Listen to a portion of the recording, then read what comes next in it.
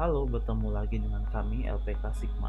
Kali ini kita akan membahas mengenai tax amnesty, topik yang sangat menarik bagi para pengusaha yang sedang mencari keringanan untuk pajak. Dengan ikut tax amnesty, wajib pajak bebas dari segala utang pajak atas seluruh hartanya yang baru dilaporkan. Walau harus membayar tarif tebusan, namun besaran tarifnya relatif kecil dari keseluruhan utang pajak, sehingga wajib pajak tidak akan terlalu terbebani. Apabila jika dilaporkan lebih cepat, maka tarif tebusannya juga akan lebih kecil. Manfaat lain tax amnesty adalah terhapusnya segala sanksi administrasi dan sanksi pidana yang mengenai wajib pajak, baik sanksi karena masalah pajak sebelumnya maupun sanksi atas kewajiban pajak yang baru dilaporkan.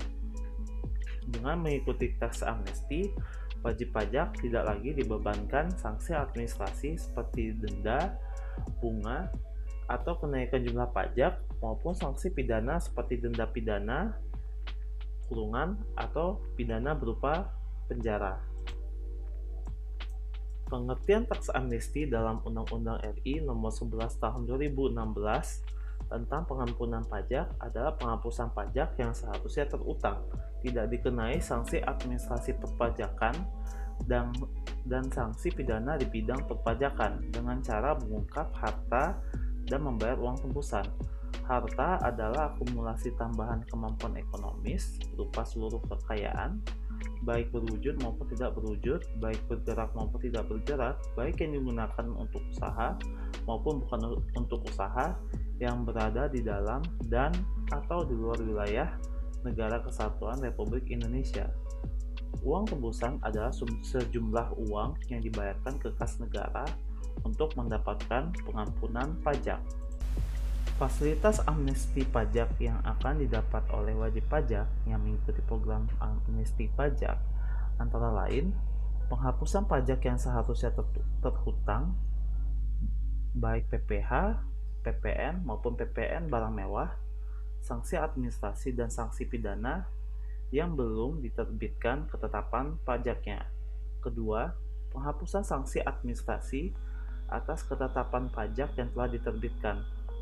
Ketiga, tidak dilakukan pemeriksaan pajak, pemeriksaan bukti permulaan, dan penyidikan tindak pidana di bidang perpajakan. Keempat, penghentian pemeriksaan pajak, pemeriksaan bukti permulaan, dan penyidikan tindak pidana di bidang perpajakan. Dalam hal ini, wajib pajak sedang melakukan pemeriksaan pajak, pemeriksaan bukti permulaan, dan penyidikan di tindak pidana di bidang perpajakan.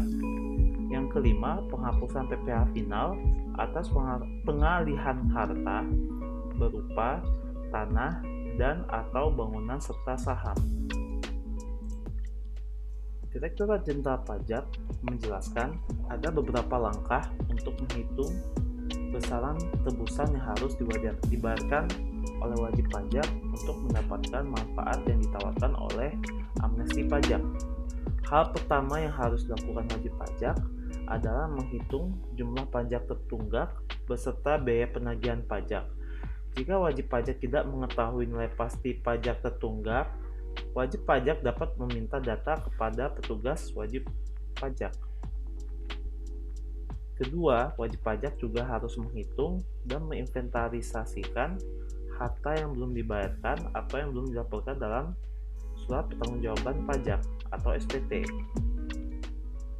Semisal jumlah pajak yang tertunggak sekian tapi masih ada harta yang belum dilaporkan, itu harus dilaporkan sehingga menjadi nilai dasar untuk pengenaan nilai tebusan. Ketiga, menghitung harta bersih. Untuk menghitung harta bersih, wajib pajak cukup mengurangi nilai aset kotor dengan jumlah utang. Nilai harta bersih yang baru dilaporkan ditambah dengan nilai pajak tertunggak menjadi dasar perhitungan uang tebusan bagi wajib pajak. Keempat, menghitung jumlah tebusan yang harus dibayar oleh wajib pajak. Seperti yang dijelaskan, wajib pajak dengan peredaran usaha sampai dengan 4,8 miliar dapat memanfaatkan tarif uang tebusan sebesar 0,5% dari total harta bersih jika sudah mengungkapkan nilai harta sampai dengan 10 miliar rupiah. Untuk memanfaatkan taks amnesti, wajib pajak perlu membayar sejumlah uang tebusan sebagai pengganti atas penghapusan pokok utang pajak dan sanksi administrasi serta pidana bidang perpajakan. Pertama, harta wajib pajak yang berada di dalam negeri atau harta yang berada di luar negeri yang dialihkan dan diinvestasikan ke dalam negeri dalam jangka waktu minimal 3 tahun sejak diinvestasikan dikenakan tarif uang tebusan sebesar persentase yang tercantum di tabel di bawah ini. Kedua, harta di luar negeri dan tidak dialihkan ke dalam negeri dikenakan tarif uang tebusan sebesar persentase yang tercantum di tabel di bawah ini. Ketiga, wajib pajak yang peredaran usahanya sampai dengan 4,8 miliar pada tahun pajak terakhir dikenakan tarif uang tebusan sebesar persentase yang tercantum di tabel di bawah ini. Sekarang kita akan memahami taks amnesti melalui contoh soal. Dalam contoh soal ini, pengusaha A memiliki utang kepada pihak lain sebesar 100 miliar rupiah. Harta pengusaha A per 31 Desember 2015 adalah 2 triliun.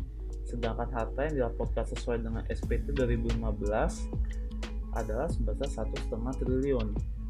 Jika pengusaha A ingin mendapatkan fasilitas taks amnesti dengan mengumumkan deklarasi dan repatriasi atas harta bersihnya, repatriasi adalah selisih dari jumlah harta yang sebenarnya dan jumlah harta yang diumumkan dalam SPT, dan repatriasi adalah nilai dari selisih dari dua nominal berbeda tersebut.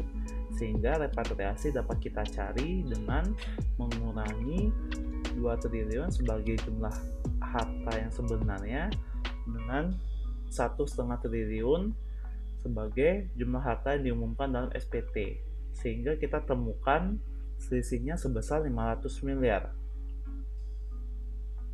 Setelah itu kita harus mengurangi 500 miliar ini dengan jumlah hutang yang dimiliki oleh pengusaha A, sehingga kita mendapatkan nilai sebesar 400 miliar. Dan jumlah 400 miliar ini kemudian kita harus kalikan dengan angka 3%. Kenapa 3%?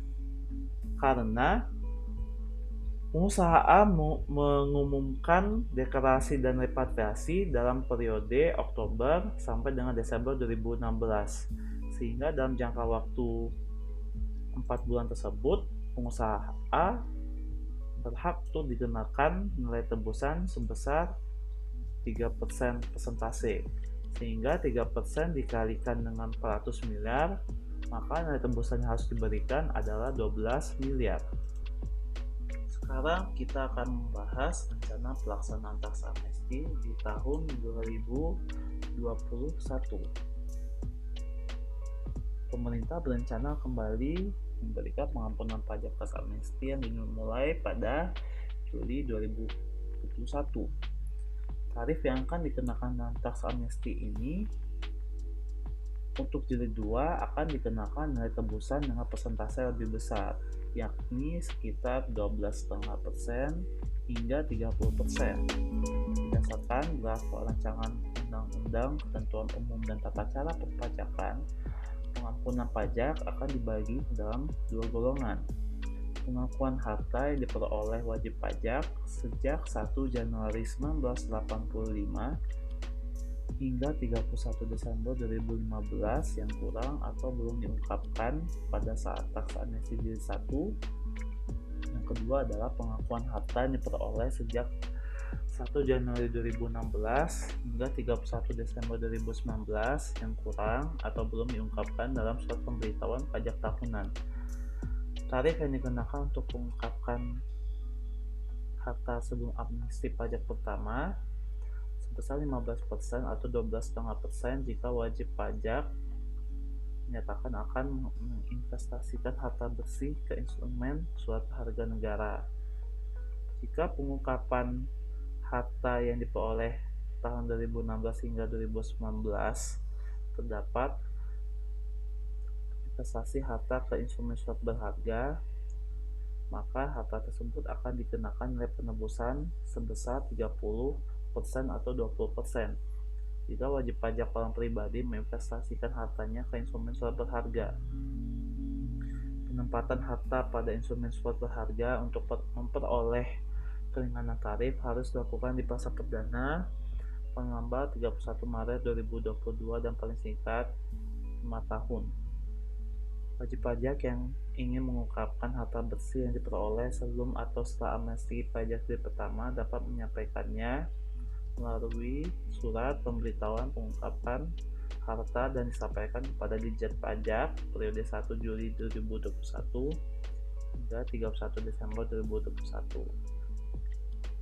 Dan ini menandakan berakhirnya materi amnesti pajak dari KPK Sigma. Semoga dapat membantu. Selamat malam dan semoga semua subscriber dan semua viewer bisa mengambil ilmu dari materi ini.